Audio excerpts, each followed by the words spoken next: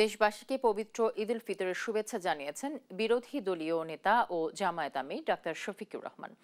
শুক্রবার সন্ধ্যায় এক বিবৃতিতে তিনি এ শুভেচ্ছা জানান।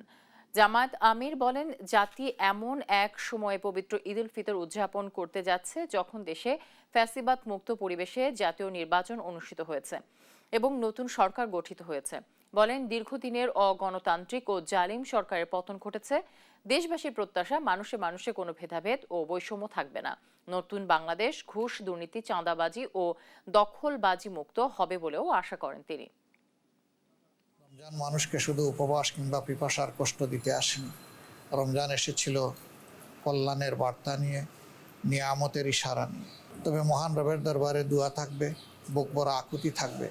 আল্লাহ তাআলা এই রমাদানুল করিমের উসিলায় যাদেরকে তার প্রিয় বান্দাবান্দি হিসাবে কবুল করেছেন, রাব্বুল ইজ্জত যেন আমাদেরকেও তাদের অন্তর্ভুক্ত করে নেন।